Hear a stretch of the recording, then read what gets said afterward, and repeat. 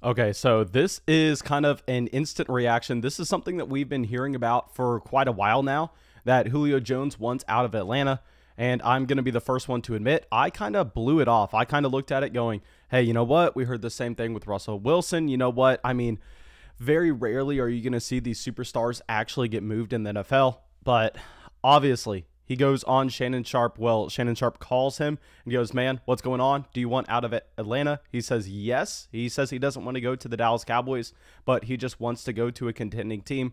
And obviously, one of the best wide receivers in football, leaving the Atlanta Falcons would be a massive deal, not only for Julio Jones himself, but also for the other players in the offense, also for whatever offense he's going to.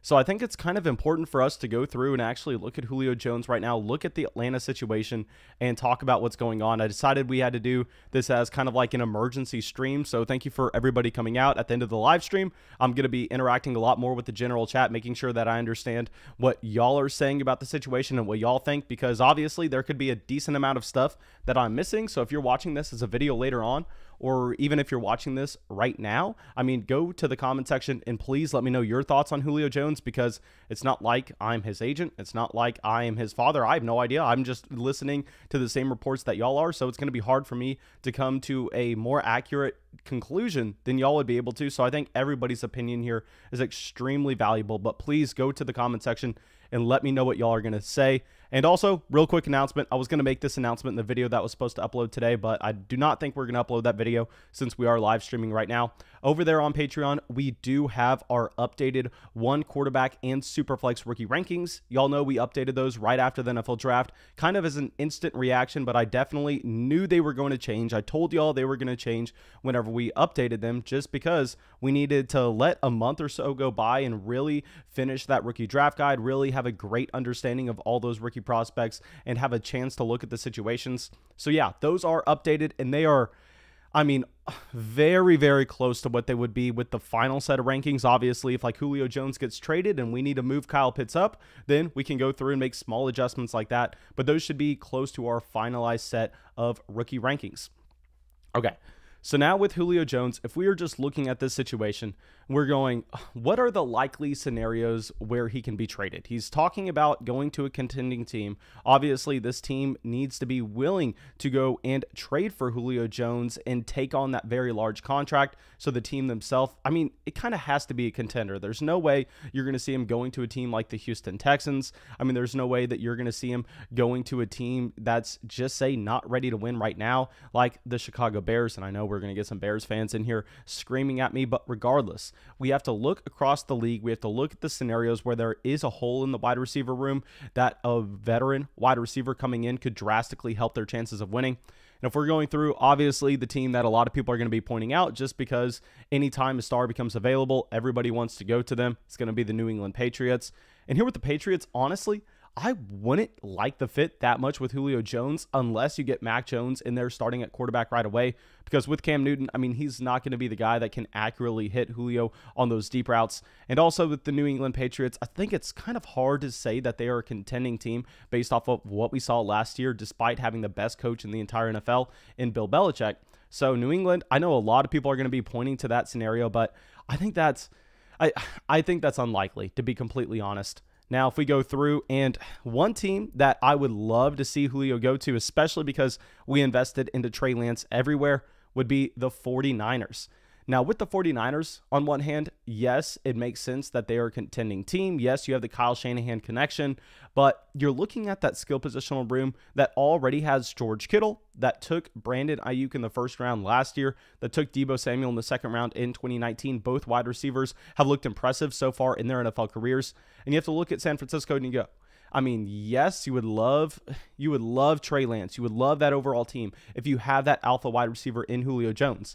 But what would be the acquisition cost, and would it make sense for a team that is already having a strength at the wide receiver position, especially when you have that elite pass-catching tight end in George Kittle? Would it make sense for them to go out there and trade for Julio Jones? I think that's a hard question to answer. Now, the Philadelphia Eagles, I'm kind of just going to throw that one out because you're looking at the Eagles as a team that really is not ready to contend right away, even though we do like Jalen Hurts. Now, the team that makes the most sense, in my opinion, is going to be the Green Bay Packers.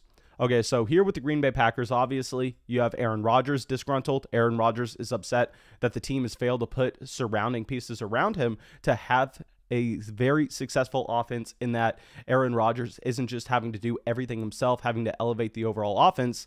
And what's great about Green Bay is they clearly have that hole at wide receiver 2 that they just tried addressing with Amari Rodgers. But you look at Amari Rodgers, and he's nothing close to Julio Jones. I don't even think anybody needs to say that out loud.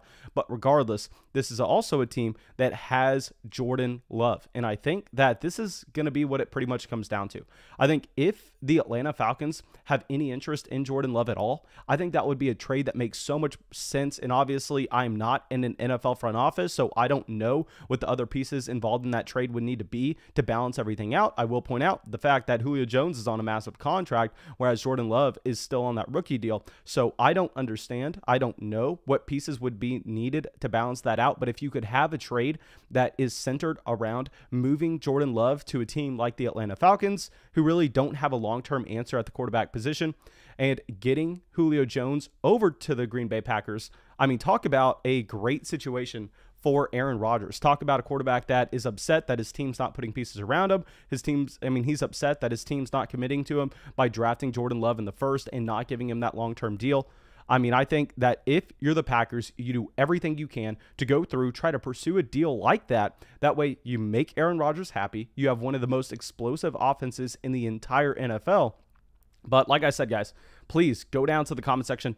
Let me know what y'all are thinking about that, because I mean, that would be just absurd. I think it makes so much sense if you can get a trade working for the Green Bay Packers. And also, guys, if y'all have not already, go down there, drop a like on the live stream, drop a like on the video. It helps us out a ton. We actually just passed 5,000 subscribers, and that was done because y'all just show that constant support on these videos. You show that constant support on the live streams by dropping likes, leaving comments, and I truly appreciate it, my dudes. But let's keep it moving. Let's go over to the Pittsburgh Steelers real quick. The Steelers, not a likely scenario given the fact that they have Chase Claypool, Juju Smith-Schuster, Deontay Johnson, and I would be surprised if Julio Jones is dying to go over there and play with Ben Roethlisberger at this point. Now, the Seattle Seahawks, let me know what y'all think about the Seahawks. Maybe this is a team that we are just overlooking given the fact that they do have that elite quarterback play.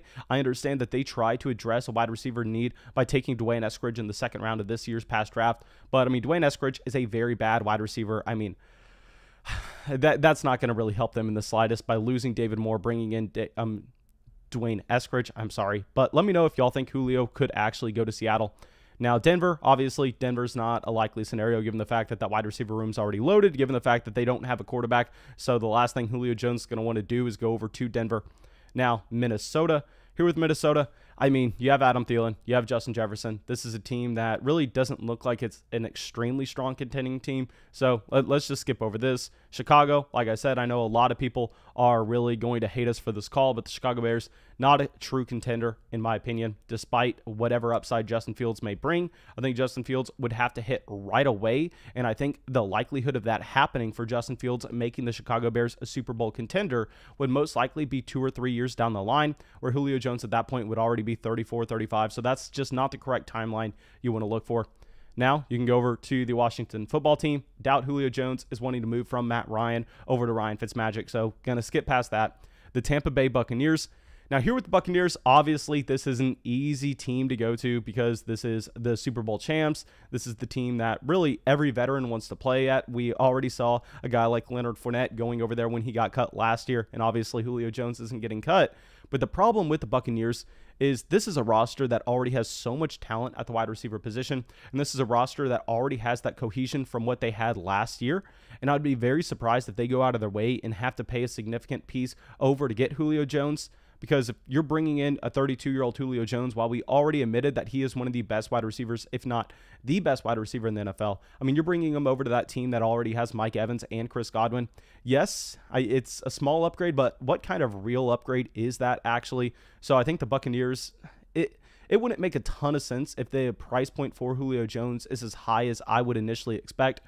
Now, next team, Miami Dolphins. and I would love Julio Jones going over to Miami. I don't think that Miami is truly seen as a Super Bowl contender by most people yet, but I would say that either this season or next season, they're going to be taking a significant jump. But while we would like it, while it would be very fun, I think that it's simply just not realistic because of the common viewpoint that people have on the Miami Dolphins as a team that's really not going to be contending anytime soon. Now, the Kansas City Chiefs, this team I actually think is a little bit more likely than the Tampa Bay Buccaneers, because here with the Chiefs, I mean, you have a roster that has Tyreek Hill, Travis Kelce, obviously, and I've been advocating since the beginning of this offseason to go pick up Mecole Hardman for close to nothing, given the fact that he currently projects to be the wide receiver 2 for the Kansas City Chiefs, and obviously, any wide receiver that's playing significant snaps for the Chiefs, you have to at least be a little bit excited about, given the fact that Patrick Mahomes is going to have that offense at an elite level of efficiency. But here with the Chiefs, I mean, if they brought in Julio Jones, I think that would be a natural fit alongside Tyreek Hill, because we have seen time and time again that Andy Reid prioritizes speed in this offense. We saw that by him going getting Sammy Watkins. We saw that by him going and drafting a player like Mecole Hardman in the second round in the 2019 NFL draft class. So Julio Jones to the Chiefs would be fantastic. I don't know if they have the assets to go and actually make a deal like that happen. I don't know if they have the cap space, but I will say a lot of people are going to be looking at the cap space for these NFL teams and really focusing in on that, really trying to predict where Julio is going to go based on the team cap situation across the NFL. But I want to reiterate something that we said a long time ago, in that, guys, the NFL salary cap is straight up fake. I mean, we have seen time and time again that these teams can go through and they can manipulate it in a way where it literally just does not matter for whoever's there. So I will say, please don't focus too much in on the cap space. Teams have entire departments just trying to make sure that they can work through the loopholes, making sure that they can bring in anybody that they want. So that's not going to be a main piece of analysis that you should concern yourself with. Now, the New York Giants, the next team we're going to talk about here, I mean, very unlikely. It's not like Julio is going to be excited about playing with Daniel Jones. This is a team that goes and they get Kenny Golladay. They go draft Kadarius Toney in the first round. So yeah, not going to talk about New York. Now, the sneaky under-the-radar team, the team that I think would be a perfect fit for Julio Jones, I think that they are a contender right now, is the Cleveland Browns. Now, the one problem is you have to ask Julio Jones, hey, man, do you want to move from Atlanta to Cleveland? And just from a personal life standpoint, I bet Julio Jones would not be willing to sign up for that. But nonetheless, I mean, this is a team that is a clear contender if you look at the defensive side of the ball as well as their offensive line, what they can do with the running game in the steps that Baker Mayfield took forward next year. But you're looking at it going, hey, I mean, right now they have an injured Odell Beckham Jr. as their wide receiver 1. They have Jarvis Landry as their wide receiver 2. That is a clear hole on the roster. But regardless, I think that Cleveland is going to be one of the best potential landing spots for Julio Jones. It would spike the overall value of the entire offense, whether it's from Baker Mayfield or even a player like Nick Chubb, because to be honest, I know that the volume would be down for Chubb in the case that Julio Jones comes in, and you would expect that the overall red zone opportunities would slightly dip down on a percentage basis. But I think it would help the overall offense so much that they would be able to sustain more drives. They'd be able to take more trips to the red zone, pick up more first downs. So I think if Julio went to Cleveland, I mean, that would be a move that would be great for all pieces involved. Now, our next team, Baltimore, he's not going to Baltimore. I mean, yes, they're a contender, but they bring in Sammy Watkins on an $8 million contract this offseason. They go out of their way. They draft Rashad Bateman in the first round after drafting Devin Duvernay in the third last year, and the year before that, taking Hollywood Brown in the first and also Miles Boykin in the third. And also, don't forget, they took Tylan Wallace in the fourth. So that's a wide receiver room that has just already been completely overhauled. I'd be surprised if they go out of their way to pursue Julio Jones. Now, Buffalo, also a great spot. I mean, it's going to be very similar to a team that we discussed earlier that had a great wide receiver 1, but nothing really beyond that with the Green Bay Packers. And you're also looking at elite quarterback play in Buffalo. You're looking at a team that is ready to contend right away. So you would have to be excited about Julio Jones going to the Buffalo Bills. I mean, it fits everything that you're looking for. It would raise the value of Josh Allen to being the consensus quarterback 2 in fantasy, only behind Patrick Mahomes. So yeah, I mean, if you had Julio going to Buffalo, that would be great. But like I said, I mean, you have to convince Julio to move from Atlanta to Buffalo himself. And I don't know if he would be willing to do that. Now, Arizona, we're going to overlook Arizona. They bring in A.J. Green. I understand A.J. Green's washed, but you still have to look at the money with the deal. Also, they go out of the way, draft Rondell Moore in the second round. They trade a second-round draft pick and David Johnson for DeAndre Hopkins a season ago. So, Arizona, we're going to be skipping over. Now, New Orleans, I mean, if you're talking about New Orleans 2 or 3 years ago, I think that this would have been a perfect spot for Julio Jones. But at this point, with Jameis Winston under center, I would be surprised if he gets moved there. Also, you have to consider the fact that they are within the same division, and I would be surprised if Julio Jones gets moved within the division itself. Now, the New York Jets, obviously not going to be going to the Jets, a rebuilding team. Have to be excited about the future with Zach Wilson. But beyond that, I do not think that Julio Jones is signing up for that in 2021.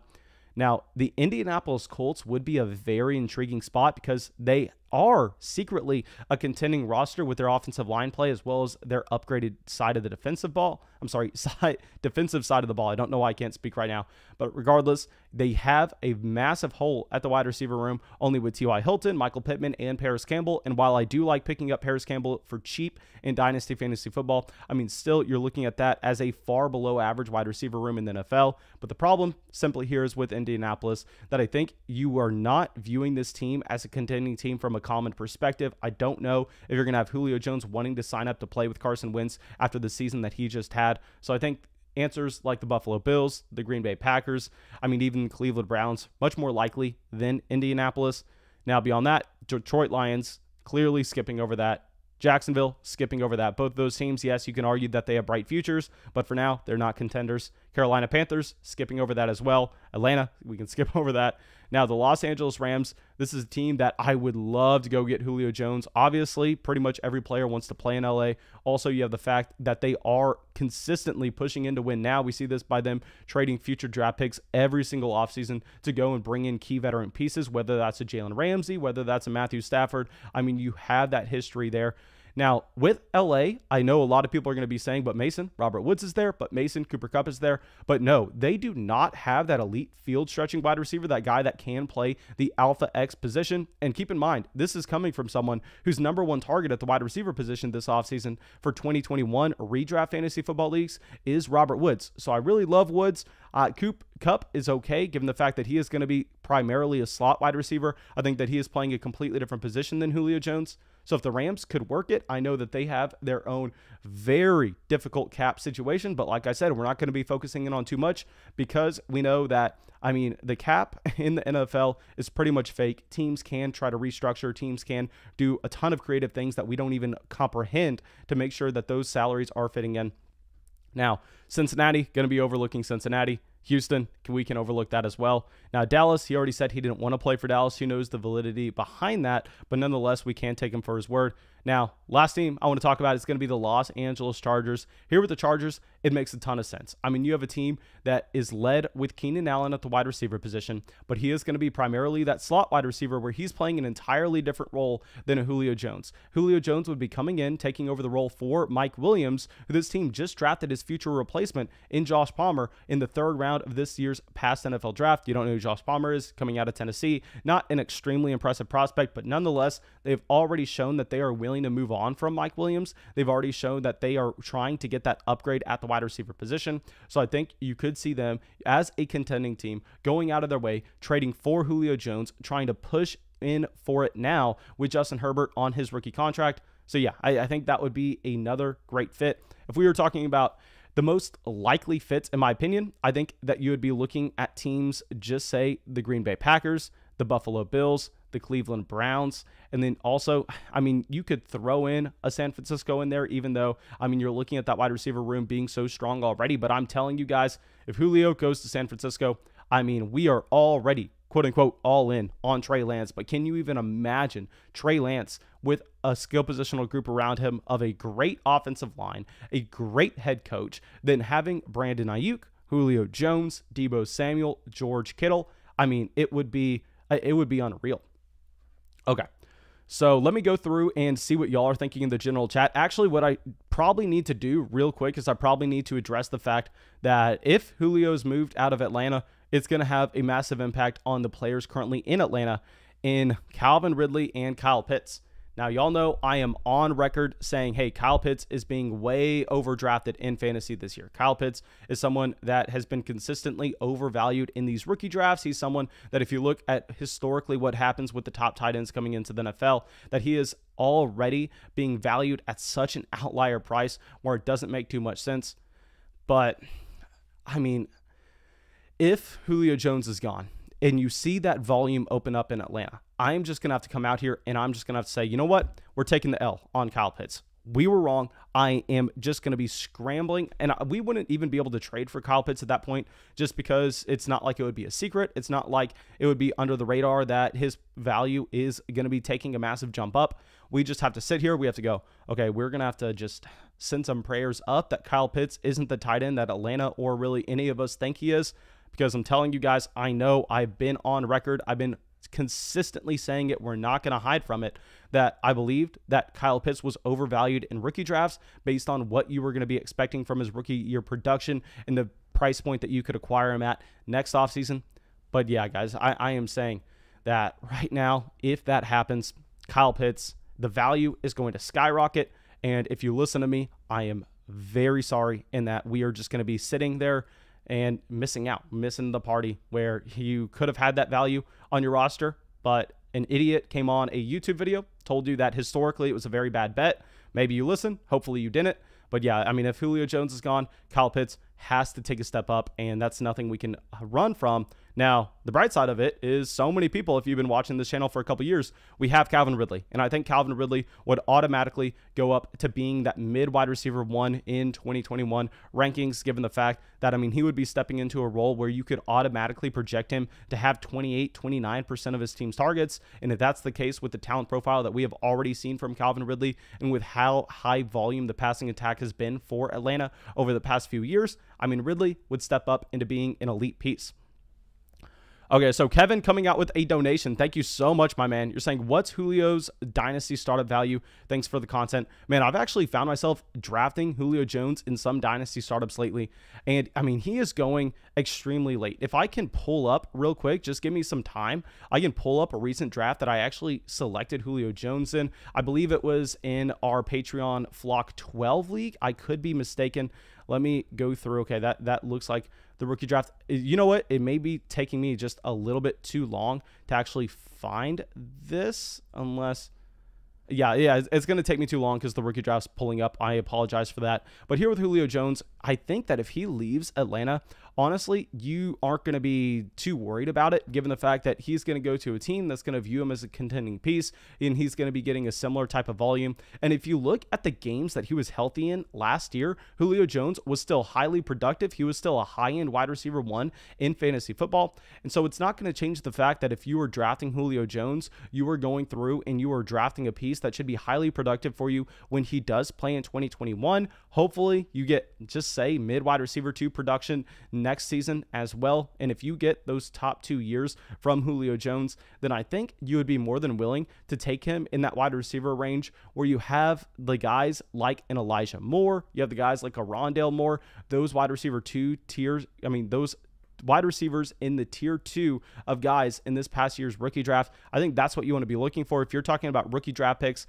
if you are playing in a Superflex format, what I'd be wanting to do is I would want to be trying to trade a rookie draft pick that is past the 205 or on for Julio Jones, or if you even get down to the rookie pick 207 range where you're going to be seeing the Amari Rodgers go off the board, if you could package together, say, the rookie pick 207 and then just say even another late second rookie pick, if you could trade the 207 and the 211 for Julio Jones, and essentially you're trading away Amari Rodgers and a Nico Collins, I think that would make a ton of sense, but I'm just not really confident that his value has fallen that far. Okay, so Andrew is saying, where would you select Pitts in a rookie draft? Okay, so if y'all are just hopping in this live stream, I did announce that we did update all our rookie rankings over there on Patreon yesterday to close to our final set of rookie rankings. I will say that, I mean, of course, if you have like a guy like Julio Jones getting traded, you're going to have to move Kyle Pitts up. So at that point, then yes, we're going to be adjusting our rankings. But right now, let me pull up for y'all my Superflex tight end premium rankings and just let you know where I have Kyle Pitts. So currently I have Kyle Pitts at the 105 in that type of format. Notable players that I have him behind are both Najee Harris and Travis Etienne, with Trevor Lawrence and Trey Lance both at the top because clearly they're in their own tier. And if you have a Julio Jones indeed get traded, I think that you definitely have to have Kyle Pitts moving up ahead of Travis Etienne. And I understand most people currently already have Kyle Pitts over Travis Etienne. So that's not an adjustment that you're going to be having to make. And that's why I came on here and I said, you know what? We are just going to have to be holding the L. We're going to have to say we undervalued him beforehand, thinking the situation was going to be one thing. It turned out being something else. So yeah, we are going to have to react. We are going to have to move Kyle Pitts up to possibly the 104. And then if it's a tight end premium league, I mean, I think that you clearly take him over Najee Harris at that point. Now, I don't care if they also trade Calvin Ridley and Kyle Pitts is the only pass catcher in Atlanta. I would never be able to move him ahead of either Trevor Lawrence or Trey Lance in a 2-quarterback format. But no, I mean, if you're playing in a tight end premium league, I think he is going to be moving up to the 103 ahead of both of those running backs if we have Julio Jones get traded. And I understand I am on record saying that he was overvalued in rookie drafts. That's why I'm coming out here apologizing to everyone, as I mean, his value is going to be going up. Alex saying, I took Pitts with the 101 in Dynasty startup, and I'm not afraid to admit it. Obviously that is not true. But so Tick is saying, what WTF? I'm sorry I'm so late. No, man, thank you so much for coming out. And guys, thank you so much for all the support that y'all showed on this live stream. I mean, we are closing in on 40 likes in the live stream. We've been live for like, I don't know, maybe 10 minutes. I was actually going to go to the gym right now, and then I got that notification on my phone, and I was like, you know what? It's probably worthwhile to come on here and live stream something because we have not talked about the Julio Jones situation in the slightest.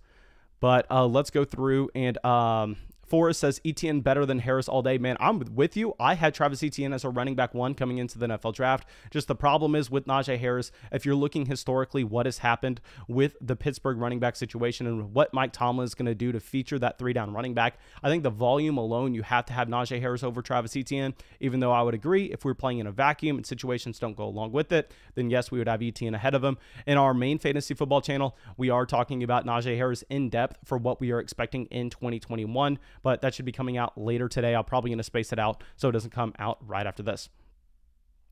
Okay, so let's go through and says traded the 206 and Cole Kmet for Julio Jones last week. Pumped. Yes, the 206, I mean, that's in a tier where you have already passed the guys like an Elijah Moore. You've already passed the guys like a Terrace Marshall. The 206 is a massive drop-off where you're really not going to have that many valuable pieces in those rookie drafts. So I love trading the rookie pick 206 and a Cole Kmet to go get Julio Jones. Man, congrats on that deal. I really like that.